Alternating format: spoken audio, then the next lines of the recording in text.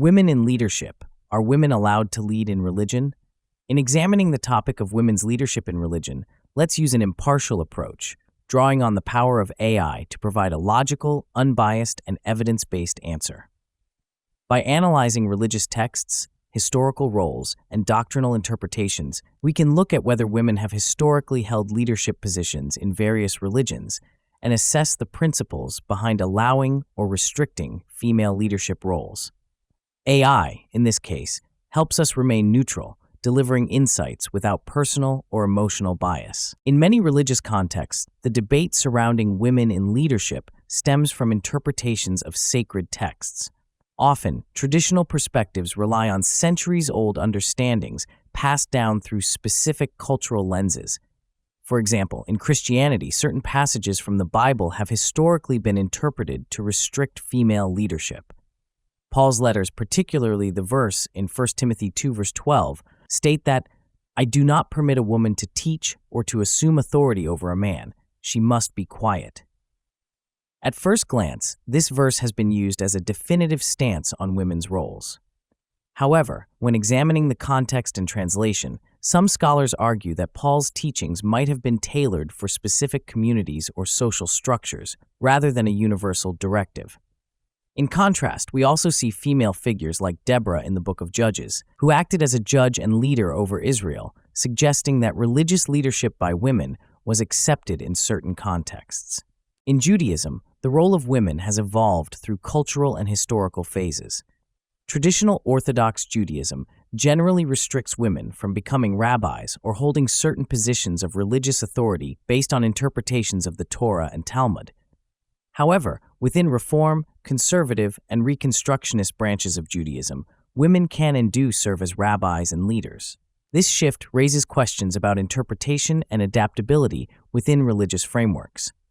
By analyzing this, AI can deduce that religious perspectives often change with societal shifts, suggesting that female leadership in religion might be a reflection of cultural values rather than an absolute religious mandate. Islam's approach to female leadership is often considered complex.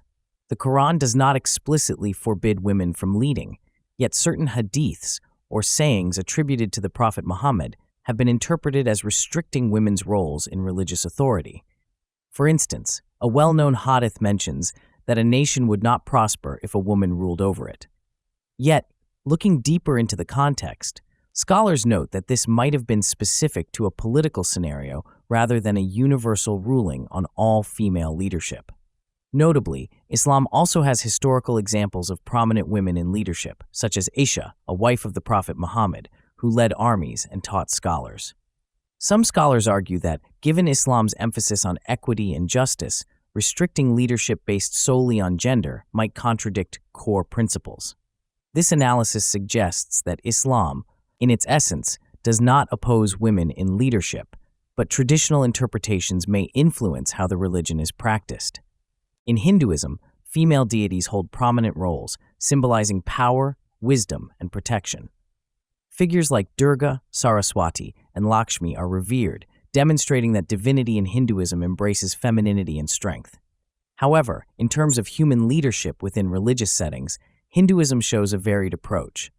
While many temples and priesthood roles have traditionally been male-dominated, certain sects, such as the Shakti tradition, emphasize the feminine principle and allow women in religious leadership roles.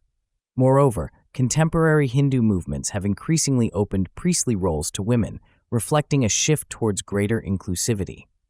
From this, AI can deduce that within Hinduism, female religious leadership is not inherently opposed. Rather, it depends on sect and interpretation. Buddhism offers an interesting perspective, as it generally does not view leadership through a strict gendered lens. The Buddha himself established an order of nuns, indicating a path for women to attain spiritual leadership. However, traditional schools of Buddhism have differed in their openness to female monks and leaders.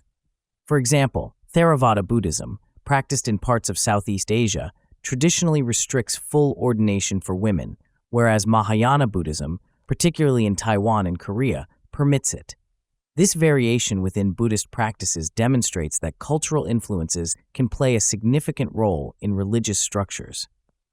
By reviewing the adaptability within Buddhism, it appears that women's roles in leadership are more a product of societal norms than core religious principles.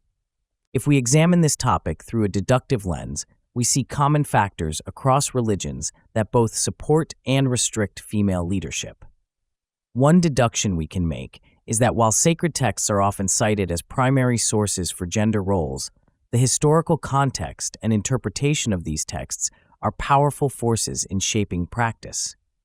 Across religions, there are examples of strong female figures who served in capacities that could be considered leadership roles, suggesting that the original teachings of many religions may have been more inclusive than subsequent interpretations have allowed. The exclusion of women from leadership may be more reflective of historical and cultural biases rather than an absolute prohibition within the religions themselves.